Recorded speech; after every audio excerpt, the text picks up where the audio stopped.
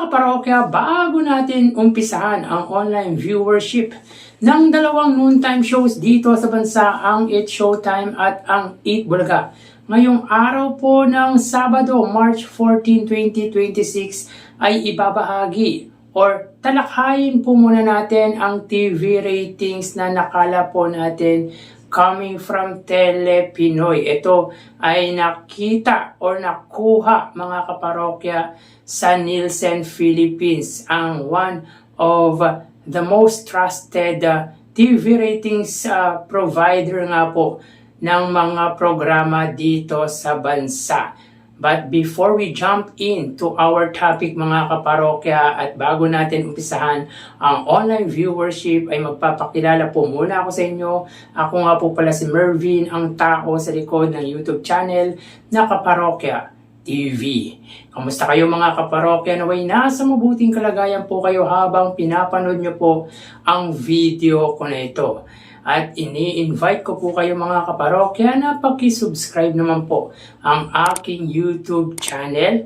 Paki-like and share nyo na rin ang sa gayon ay mas dumami pa po ang makapanood ng mga ina-upload po nating video araw-araw. Nakikiusap po ako sa inyo mga kaparokya na paki-like at share nang sa gayon ay ma-recognize po tayo ni YouTube. So yun nga po mga kaparokya, nitong nagdaang araw or let's say nitong nagdaang buwan ay talagang dikdikan ang ratings pagdating sa single channel ng TV5 at ng GMA Network para sa noontime program na kung saan nitong mga nagdaang ratings na tinalakay nga po natin ay nakaaangat nga po dito ang TV5 at kung minsan mga kaparokya ay lumalamang naman po ng bahagya ang GMA Network para sa noontime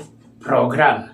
So yun nga po mga kaparokya, isa nga po sa pinagtatakhan nga po natin kung bakit ganyan nga po ang numbers ng It's Showtime ng GMA Network pagdating sa noontime program. Gayong alam naman po natin na napakalawak nga po ng naaabot ng TV stations ng mga kapuso. At may tuturing nga po natin mga kaparokya sa kasalukuyan na pinakamayamang TV stations sa bansa. So balit pagdating sa noontime program ay nauungusan niya po ng TV5 ng Eat Bulaga, ang It's Showtime, GMA Network at lahat nga po ng TV stations na meron niya po ang It's Showtime. But disclaimer lamang po mga kaparokya, ito po ay para sa single channel lamang. But overall, pag kinumbay niya po ang ratings ng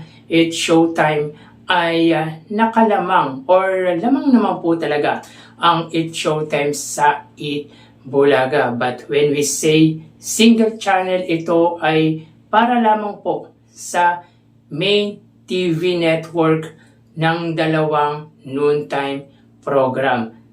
GMA sa It's Showtime, TV5 naman po sa Eat Bulaga. So yun nga po mga kaparokya, yung nakita nga po nating ratings ay nitong nagdaang March 11, araw po yun ng Miyerkules na kung saan ang It's Showtime po ay may 5.7% at ang Eat Bulaga ay may 3%.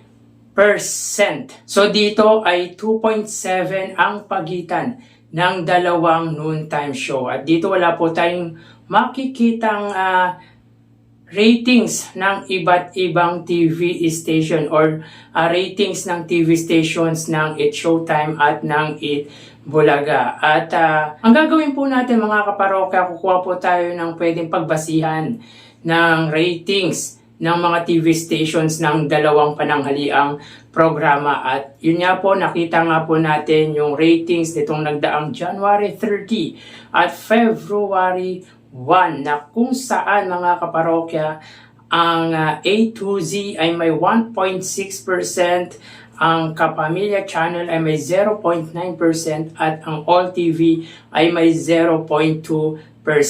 Kung makikita nyo mga kaparokya, yung January 30 at February 1 ay same lang po ang ratings ng mga nabanggit nga po nating TV stations para sa 8 Showtime.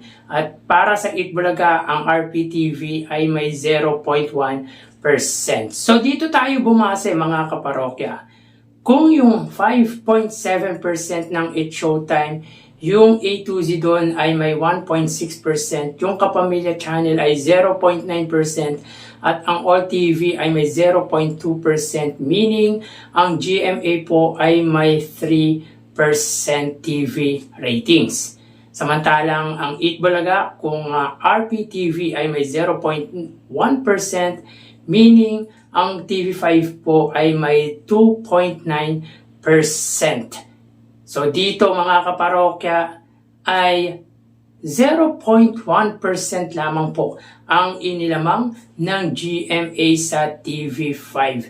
So assuming lang yan mga kaparokya, pwede naman din pong mas mataas pa po ang naging ratings ng A to Z. From 1.6% pwede pong maging 1.8% hanggang 2%. Samantalang yung Kapamilya Channel pwede pong maging 1% at ang All TV ay po pwedeng maging 0.1%.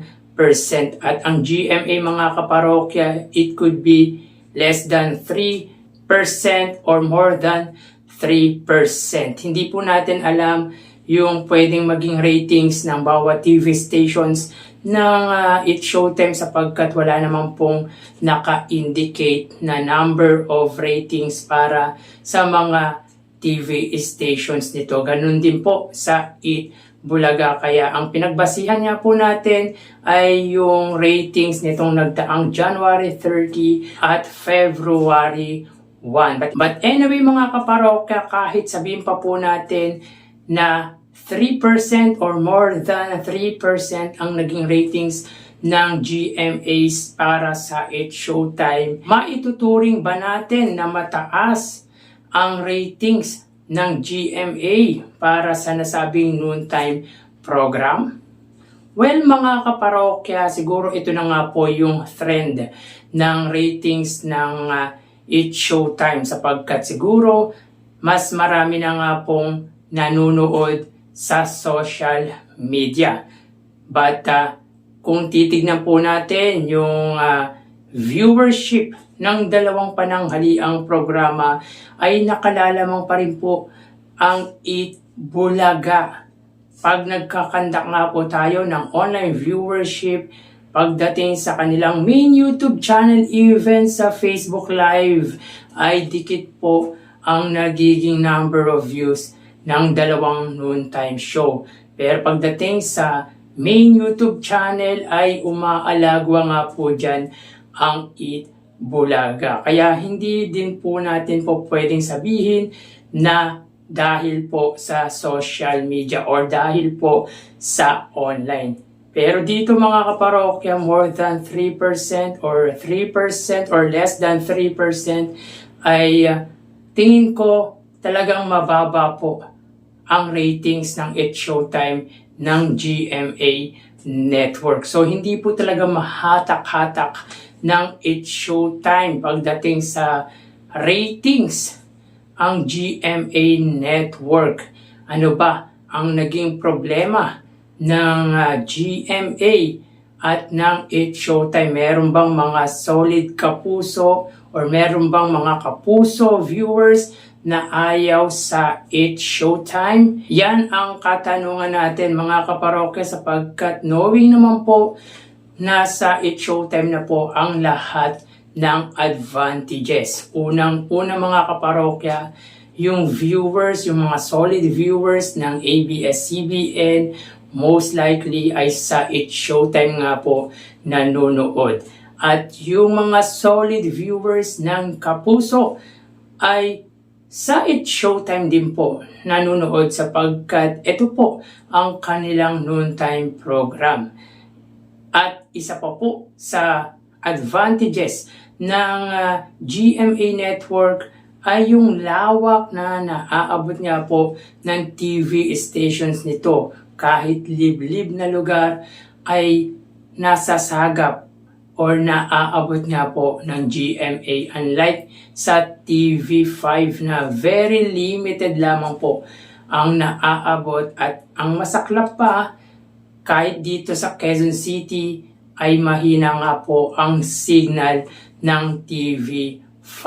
Subalit, kung makikita ninyo mga kaparokya yung pagitan ng TV ratings ng dalawang main TV network ng It's Showtime at ng 8 Bulaga, minsan lumalamang pa po ang TV5 sa GMA network. So how much more pa po mga kaparokya kung malawak, malakas ang signal ng TV5.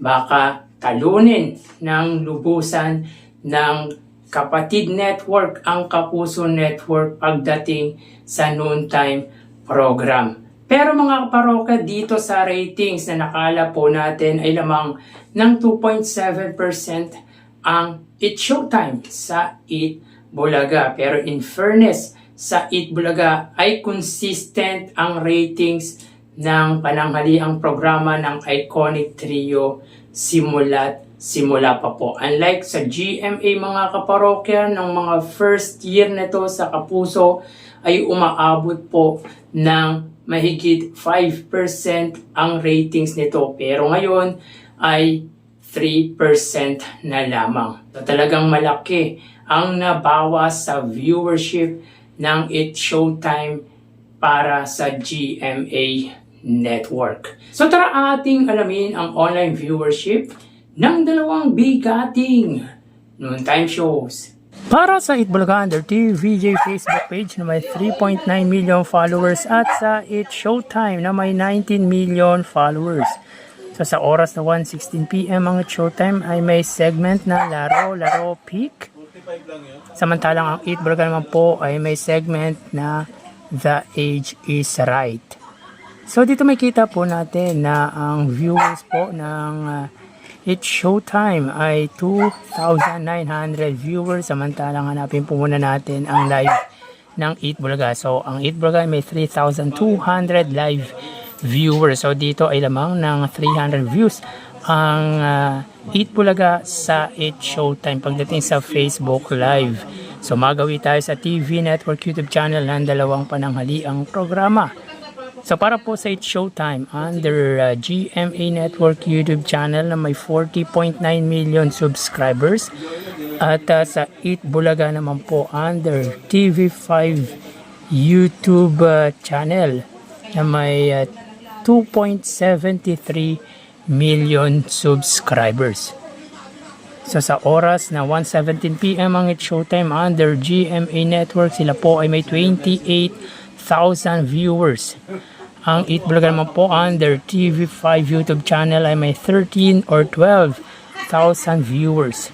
So again, sa oras na 1:17 PM ang It's Showtime, sila po ay may 28,000 viewers under GMA Network at ang 8 Bulaga under TV5 ay may 12,000 viewers. So dito ang pagitan ng dalawang TV network ay 16,000 or 17,000 pabor sa GMA Network. So magawi tayo sa main YouTube channel para po sa It's Showtime under ABS-CBN It's Showtime na may 2.77 million subscribers at sa 8 Bulaga under 8 Bulaga TVJ YouTube channel na may 1.78 million subscribers. So sa oras na 1:18 PM ang It's Showtime, sila ay may 94,000 viewers.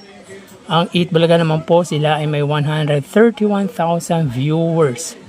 So hanggang sa oras na 1:18 PM ang It's Showtime, sila po ay may 94,000 viewers at ang 8 Bulaga naman po, sila ay mayroong 131,000 viewers. So bali ang total na nakuha ng dalawang noontime shows ay ang total na nakuha ng It's Showtime ay 126,000 viewers at sa 8 Bulaga naman po ay 146,000 viewers. So dito ay lamang ng 20,000 views ang 8 Bulaga sa It's Showtime. Meaning ay wagi pagdating sa views online ang 8 Bulaga sa It's Showtime.